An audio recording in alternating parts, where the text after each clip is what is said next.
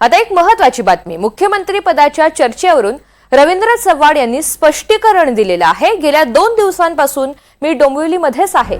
मुख्यमंत्री पदासाठी रवींद्र चव्हाण यांचं नाव चर्चेत आलेलं होतं। दिल्लीमध्ये किंवा इतरत्र कोणालाही भेटलेलो नाही, असं स्पष्टीकरण आता रवींद्र चव्हाण यांनी दिलंय। त्यांनी हे स्पष्टीकरण देत असताना एक ट्वीट केलंय, ते नेमकं काय आहे पाहूयात। गेल्या 2 ते 3 दिवसांपासून मी माझ्या डोंबिवली मतदारसंघातच आहे। सद्यस्थितीमध्ये डोंबिवलीकरांच्या भेटीगाठी घेत त्यांच्याशी संवाद साधत आहे। या 2 दिवसात किंवा काल मध्यरात्री कुठल्याही वरिष्ठ नेत्यांच्या भेटीसाठी दिल्ली किंवा अन्य ठिकाणी गेलेलो नाहीये। त्यामुळे कृपया प्रसार माध्यमांनी कोणत्याही प्रकरणाची शहानिशा करून बातम्या चालवाव्यात, ही नम्र विनंती।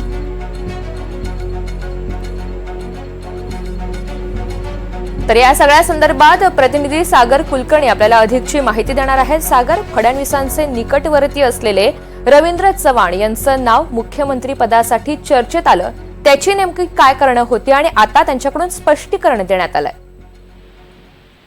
वास्तविकतेत गेले काही दिवस पुण्यातले मुरलीधर मोहोळ यांचं नाव जसं पंतप्रधान म्हणजे दिल्लीच्या सिस्टीमच्या नुसार ते राज्याचे मुख्यमंत्री होतील अशी जोरदार चर्चा सुरू झाली राजकीय वर्तुळात।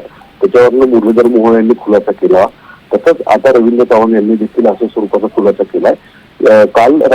कालपासून भाजपा आणि इतर राजकीय वर्तुळात जोरदार चर्चा सुरू आहे की रवींद्र चव्हाण हे कदाचित मुख्यमंत्री पदाचा दावेदार होऊ शकतात आणि ते तिथे त्यांचं नाव अचानक समोर येईल।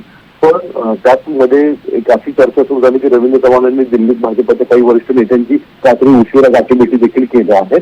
त्यावरून खुलासा करण्याचा प्रयत्न रवींद्र चव्हाण यांनी केल्याचं दिसून येतंय। आपण मतदारसंघातच आहोत, दिल्लीमध्ये गेले नसल्याचा खुलासा रवींद्र चव्हाण करत आहेत। आपल्याला माहित आहे की एकतर फडणवीसांच्या निकटवर्तीय संघ परिवाराशी सुद्धा निकटवर्तीय अशी चव्हाण यांची ओळख आहे। कदाचित त्यांचं नाव ऐकल्यावर समोर आणतील अशी चर्चा कोणीतरी घडवतंय। याच बाबतीत आपली कुठेही आपण स्पर्धेत नाही हे सांगण्याचा प्रयत्न रवींद्र चव्हाण यांनी या ट्विटच्या माध्यमातून केल्याचं दिसून येत आहे। निश्चित। सागर, धन्यवाद सविस्तर माहितीसाठी।